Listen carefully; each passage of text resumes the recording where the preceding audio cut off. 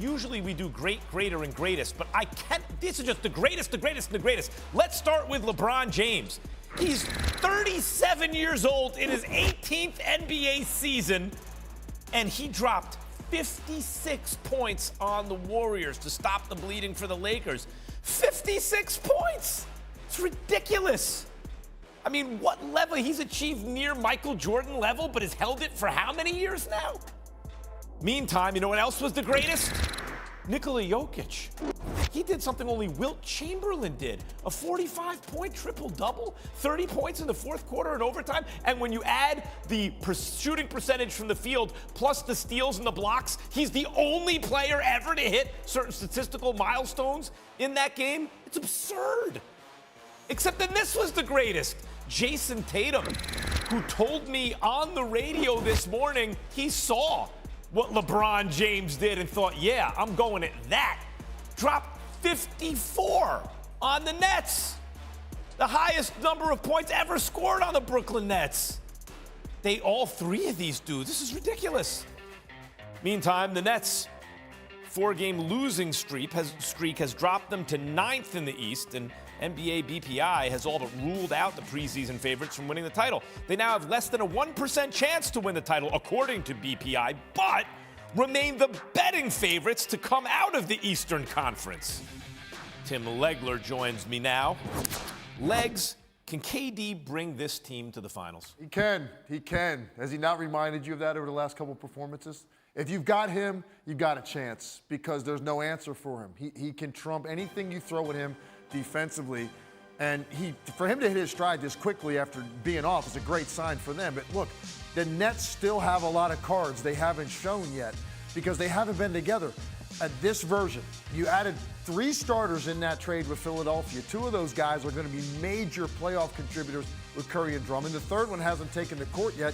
And when he does, regardless of the pressure Ben Simmons is under, he helps you immediately in ways that you desperately need it. Legs, I want to get to this with you because they have a chance to be the greatest what-if team ever. I hear what you're saying. I saw, without James Harden, just KD and Kyrie, the Bucks were no match for that team early in that series. Then Kyrie got hurt. So again, here we have, but what if I'm afraid that at the end of the season, we're going to say, but what if Ben Simmons had a little more time and if only that, now next year they can do it. Isn't there a real danger of this team just not getting it done? Definitely. I mean, they're in that mode right now, but at the same time, as long as you have a healthy Kevin Durant, they're going to continue to tantalize us with what could happen here. And let's have some fun. I think this team's going to get into a situation where they're going to have to win one game in the play-in. They're going to make it into the 7 or 8 spot in the Eastern Conference playoffs. Okay, so who does that mean they get? Well, potentially Philly in the first round. It would, if that scenario played out, it would either be Philly or Milwaukee in the first round, most likely, assuming Philadelphia doesn't catch Miami. It'd be crazy for the Nets because Kyrie wouldn't be able to play home games and Ben Simmons wouldn't be able to play away games, if you know what I mean. Look, I'll say if Kyrie doesn't get to play at home at some point, this is probably off the table in terms of me thinking they can actually win it. Right. That's got to change. There's got to be some movement there for them to realistically win a title.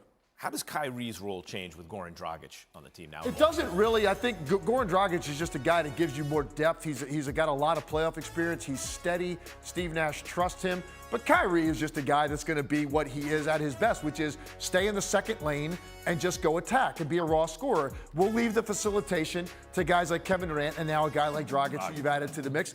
And Kyrie could just go ball. Now, he didn't play very well yesterday, but I think that was more about the Celtics really being up on their toes for him. That's a tough environment for Kyrie to play in. Celtics didn't want him to get going.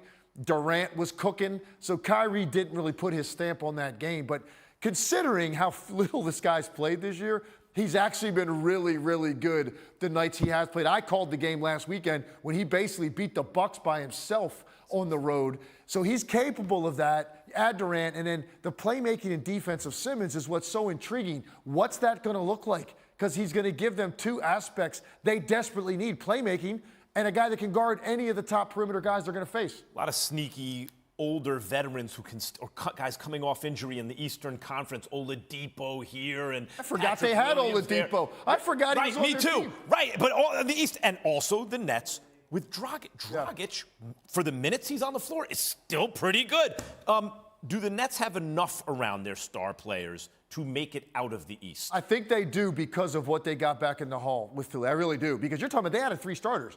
Now, sometimes people can look at bench a little bit in depth. I think it's a little bit overrated in this regard.